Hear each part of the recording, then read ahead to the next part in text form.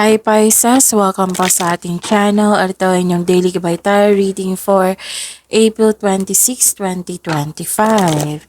Kung naka-resonate kayo, comment down. Kung hindi kayo naka-resonate, ibigay niyo po sa iba kasi general reading po ito. This is for you, Pisces, ngayong April 26, 2025.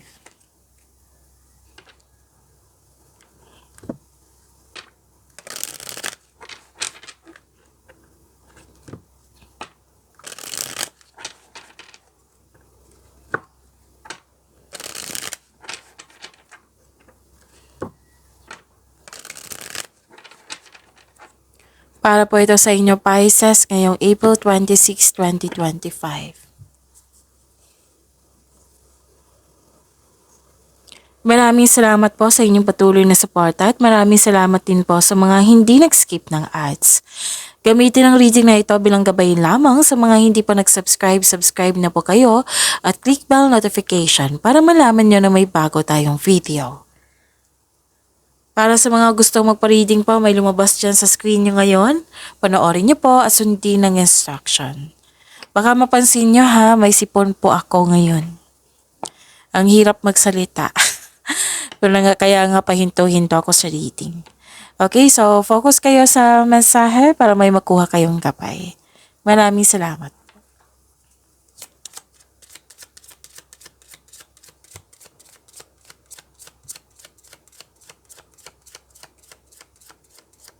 Spirits Guide, mga ganap pa para kay Pisces ngayong April 26, 2025. I need 3 cards po.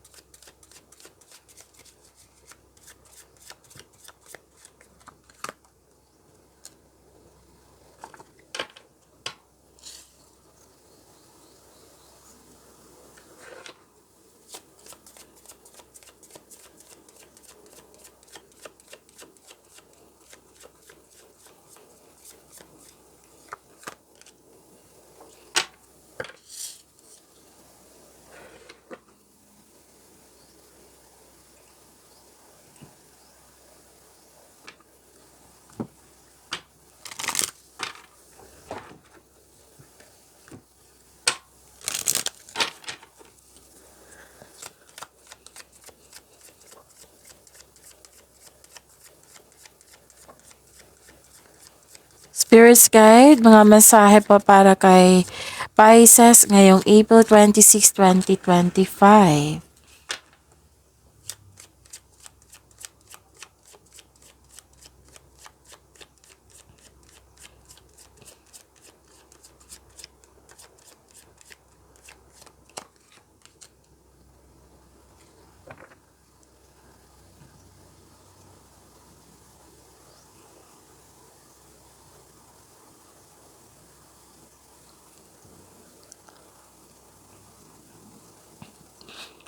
Okay, ngayong April 26, 2025 para po kay Pisces. Wow, may harvest. Pwedeng literal na harvest to. Pwedeng sweldo nyo ngayon. Pwedeng binayaran kayo sa binigay nyo serbisyo. Pwedeng yung tinanim nyo. What I meant is, yung product nyo fast moving. And I believe this is abundance kasi ani eh. So, claim nyo po, ang ganda. May concern lang kayo, pwedeng naalala nyo to or mangyayari pa lang, loss of connection sa isang tao. May dumating na opportunities at bibigyan mo ito ng best decision or best choices. Personal development, fame, awards, recognition, makaka-receive ng ideas na bibigyan mo ng agarang aksyon o reaksyon. Pwede daw nagsaliksik kayo ngayon, pwedeng internet ito, nag-search kayo sa internet para may bakuhang clarity, kaalaman, truth, makaka-receive kayo ng blessings. Ito, kailangan ko rin to, healing. Oo, claim natin Pisces, hope and healing. Kahit hindi ako Pisces, i-claim ko din to. Hope and healing. Healing, kailangan ko yung healing ngayon. Okay.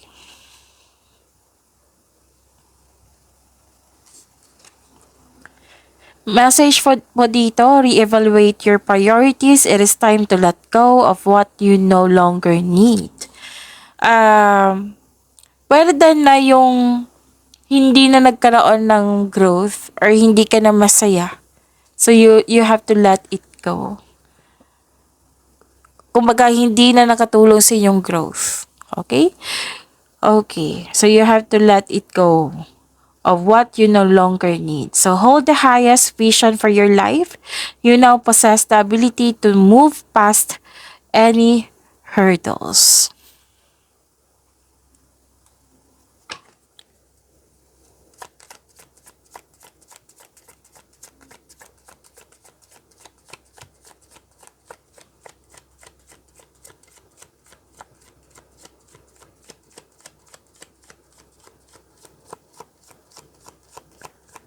Spirits guide,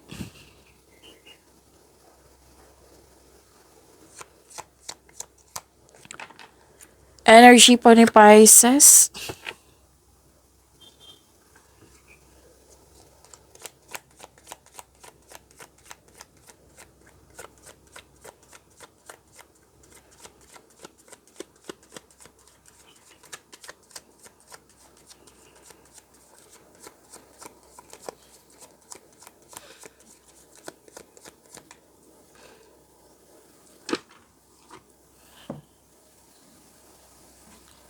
Kung may na-receive kayo or may, what I meant is kung may narinig kayo or may nakita kayong repeating message, meaning to say, pinupush ng cards niyan. Like for example, nanood kayo ngayon ng April 25 and April 26. Tapos may narinig kayong repeating message. Yan po yung pinupush ng cards niya na kailangan yung bigyan ng atensyon, solusyon at aksyon. Kung maaari po. So, ano yung energy ni Pisces? Wow, ito yung sabi ko kanina sa inyo na abundance po. Lumabas yung abundance dito. So, nag-clarify. This is success. This is abundance. Claim niyo po, Pisces. And you're receiving love. Please expect na magiging busy kayo ngayon or may, So, this is growth and expansion. May energy ng isang mother figure dito. It might be this is your or it might be may malaking influence yung babae sa araw na ito. This is pwedeng nagkaroon kayo ng time for yourself para mag-ayos, magpaganda, magpapogi, nagpasalon, nagpaspa, bumili ng gamit. Basta panahon sa sarili nakikita ko dito. And this is also fertility. So, kung ayaw nyo mabuntis, then use protection. Alam nyo na yan kung ano yan.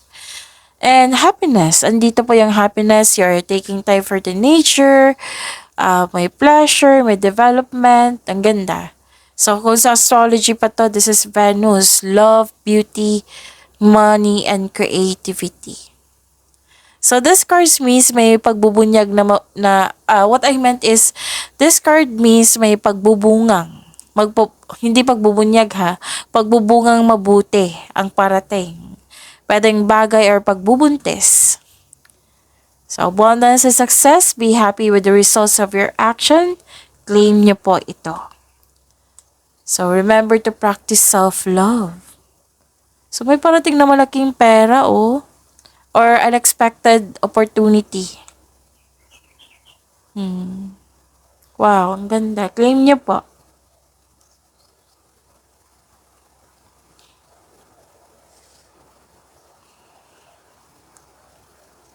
Nakikita ko dito na nagkaroon po ng pwedeng nangyari na ito sa nakaraan na naalala nyo ngayon. Pwedeng mangyayari pa lang kaya kailangan mag-ingat. Kasi may scam investment po dito. Nagdesisyon na hindi pang matagalan, naging impatient kaya naging frustrated po na makuha agad yung gusto. Pwede din hindi scam investment kundi na gusto mo makuha yung gusto mo. Gusto mo yung masunod yung gusto mo. So kung hindi pa ito nangyari, So, kailangan nyo mag-ingat, lalo na itong scam investment na to.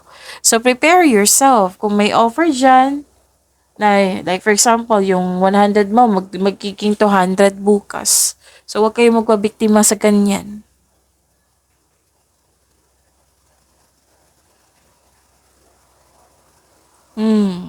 Okay?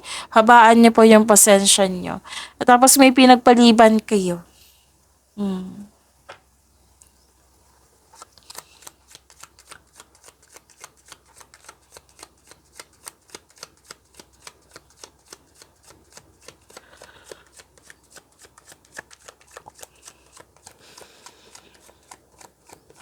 Career and money po ni Pisces ngayong April 26, 2025.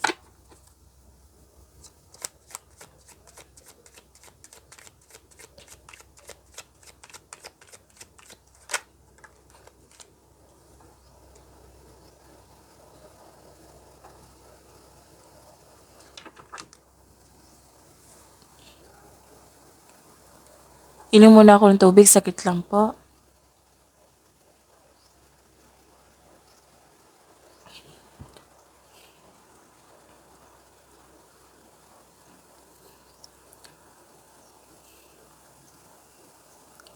Okay, this is good. Why? Kasi nakita ko dito na may recovery. So, this is a good sign na umiiwas ka na, ibinando na mo na yung toxic na tao or toxic place. You have your freedom. So, kung stress kayo kahapon, nabibigatan kayo the other day, last week, so a difficult cycle is about to end. Nawala na yung nalampasan mo yung mga challenges na yan. So, this is called recovery. Like, for example, kasi may nakita ko ditong bad habits. Yung sobra sa trabaho. Kasi gustong-gusto mo magpasobra sa trabaho kasi may gusto kang ma-achieve or matapos. So, alam mong hindi yan nakakabuti pag sobra. Yun, ngayon, nagkaroon ng recovery, na-realize mo na hindi siya nakakabuti sa'yo. This is releasing ha, this is liberation, this is choices, this is freedom.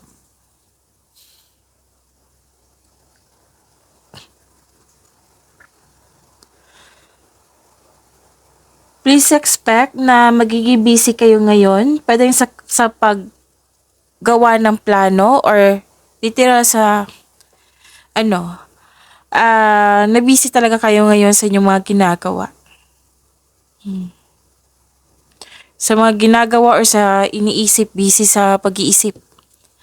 Full of creativity, mas lumawak yung ambisyon mo sa buhay.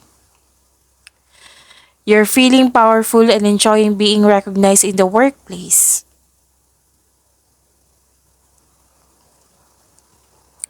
Listen to your intuition to grow your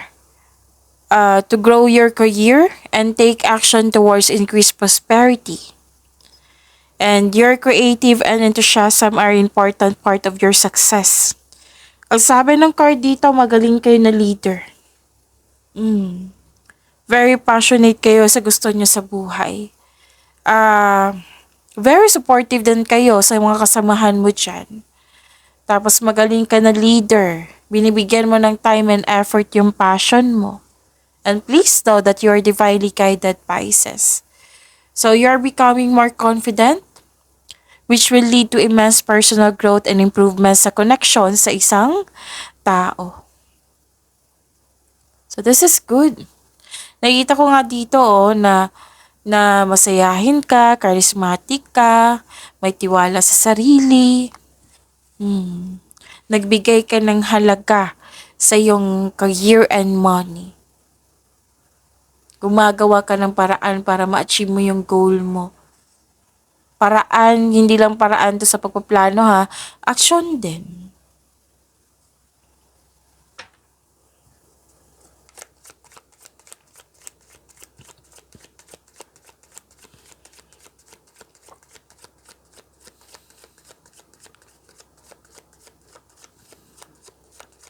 Spirits guide. Love life, self-love, partnership, and romance, Pisces.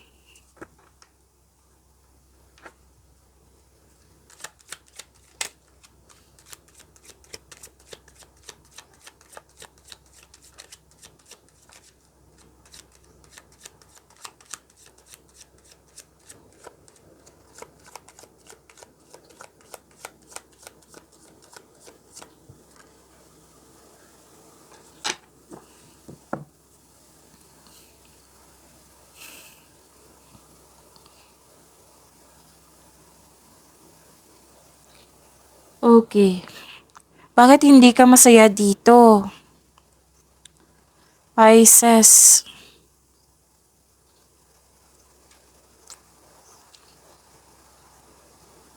Huwag kayong mag-create ng negativity ha. Like for example, na hindi ko to kaya, hindi ako magiging successful. Huwag kayong mag-claim ng ganyan kasi hindi yan nakakabuti sa iyo. Kahit hindi mo siya sinasadya, nasabi mo lang kasi wala ka sa mood or na nahihirapan ka sa pagtanggap, yung disappointed ka. Miss Job, nasabi ko lang yun kasi nadala ako sa emotion. Huwag sikapin niyo talaga na i-control niyo po, Pisces. Kasi hindi yan nakakabuti sa inyong mag-claim ng negativity. Pessimism, confusion, hindi ka happy, may failure, may loneliness ako nakikita dito. So, kailangan ng time for reflection. Hindi ka masaya, hindi okay yung pakiramdam mo, or nagkaroon ng problema sa connection sa isang tao. Pwedeng tungkol ito sa delay sa travel, pero makakahanap ka pa rin ng paraan para ma-enjoy mo ang moment mo ngayon. So, huwag kayong mag-alala. Magiging okay din ang lahat. Kailangan lang po ng time for reflection. Kung hindi nyo alam kung ano yung process dyan, then do some research. Tulungan nyo po yung sarili nyo.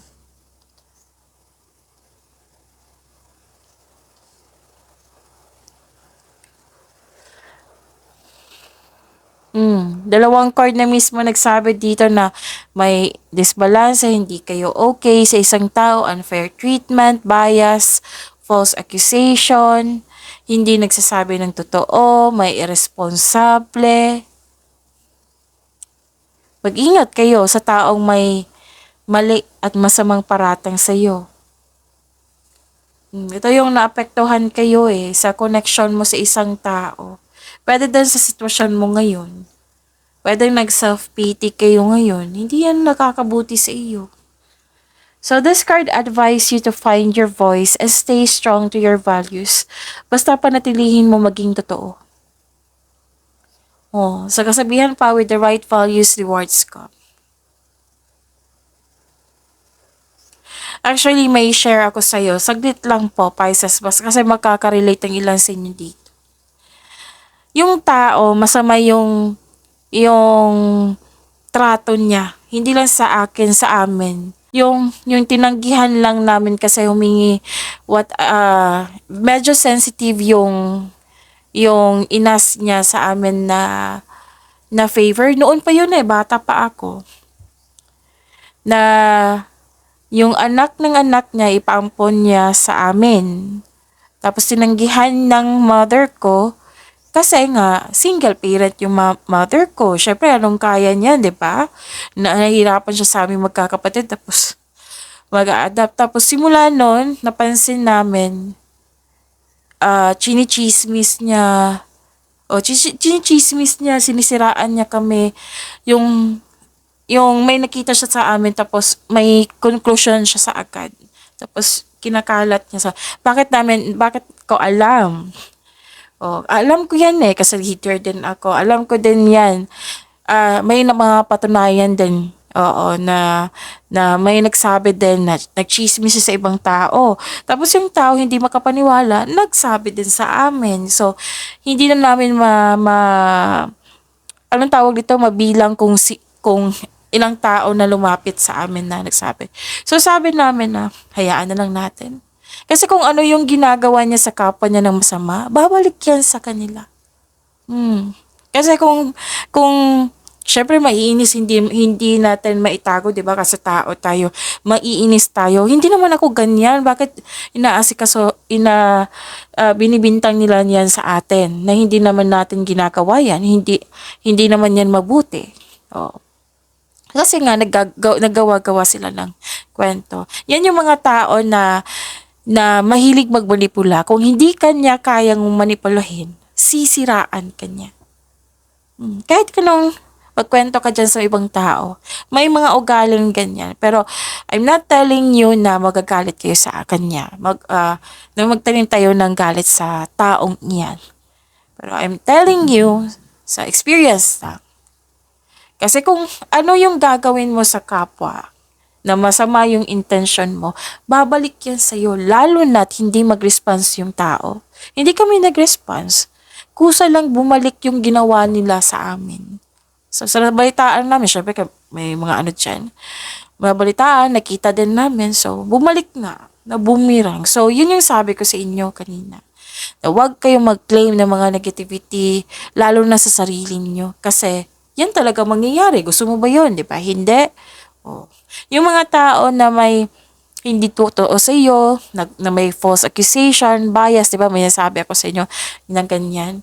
O, hayaan mo na lang. Oo. Time is a truth teller, di ba? O, ano man yung correct sentence. Basta ang panahon na magsasabi na kung sino yung nagsasabi ng totoo or hindi. Kasi it's just a waste of time kung magbigay pa tayo ng energy sa ganyang bagay, sa ganyang tao, na wala naman tayo makukuhang mabuti. 'Di ba? So, yun yung palagi kong nire-remind ng family ko. And I am happy that wala sa family ko. Pero kung below the belt, ano talaga kami ng case. Kung below the belt, syempre below the belt niyan. Nagkakasira niyan. So far, hanggang ngayon, nagpasalamat ako na hayaan namin. Tapos nasaksihan ko din na kahapon na still ginagawa pa rin.